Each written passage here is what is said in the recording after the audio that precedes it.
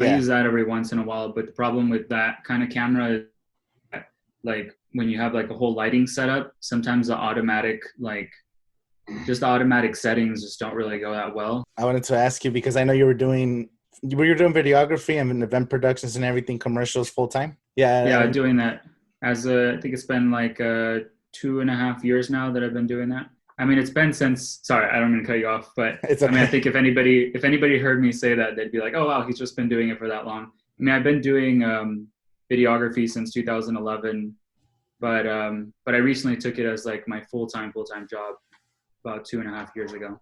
That's awesome. Yeah. I'm still doing it part time. So when you said it's only been 2.5 years, I think that's a long time. Like I look at it, I'm like, damn, that's dope. Yeah, it was tough. It honestly, there was a lot of hurdles that you go through, like as not only like a filmmaker, but if even just on a if you zoom out, like even just as a creative, to be able to make like anything creative as your full time job, it's just it's a lot of things that I don't think they. I mean, I don't know. I guess I'm probably gonna get really opinionated very fast on this podcast, but like in business school, like because I went to school for business for a while, it was geared towards like real estate or towards law, but they never really talked about creative side and how to Yeah. like sell yourself as a creative. So it was always really, really like difficult to see like the lectures and try to connect it to a creative field because it's like, okay, Is of that something course, that you like wanted to do when you were studying? Do you say I want to do that? I want to be full time creating content, or when did you realize that that was something you wanted to do? existential questions, even though they're so simple, but like, I guess as like, screw it, just gonna go in.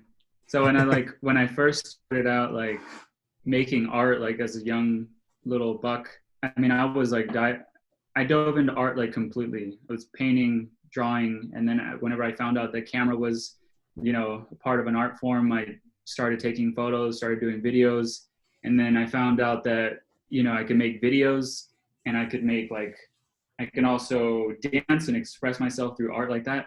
I was just like fully immersed into art just in general. So, but then as I kind of grew up and then as I got out of high school, I kind of told myself like, there's no way, like, there's no way I can sell like this little painting on my paper, or there's no Yeah. way that I can, make money off of these photos. And I just had like this kind of brainwashed sort of outlook on life that you can't do that. Like you have to It's like just there's a a hobby, moment, basically. there's a moment in a creative's life where you just have to grow up.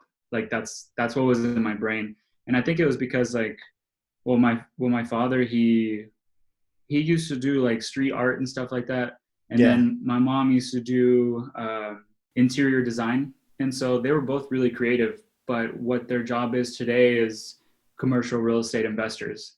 And Oh, so okay. I think in my brain as a young kid, I kind of processed it as, well, if you want to get, what your parents have, you have to do exactly what your parents did, which is give that stuff up, like grow up, go and get a real job and go invest and go do all this stuff. And I kind of I did exactly that. Literally out of high school, I quit doing everything art for like over a year, over 2 years, where I didn't even touch, like I didn't even draw, Damn. like I don't know if anybody knows me, like they know that if there's a piece of paper, I'm always sketching. If there's a video camera, I'm always recording. If there's music, I'm always tapping my feet. I'm always making like a beat or something. So I've always been like that, like, like as a kid, like I would grab little sticks and like make little characters on the ground. So that's me as like, as a human being. Right. But so when I got out of high school, it was like, I completely took all that out. And then I got my real estate license and I became a salesman. I was cold caller. So I made like 200 phone calls a day. Yeah. And like, I just got all of it like stripped from me. And to answer your question in the longest form ever, It's um, okay. I I met my who now is my girlfriend, Rebecca, and she was doing video for a living, like full time. And she wasn't like a millionaire or anything, but she was Yeah. doing it. And for me, like that inspired the hell out of me because I felt like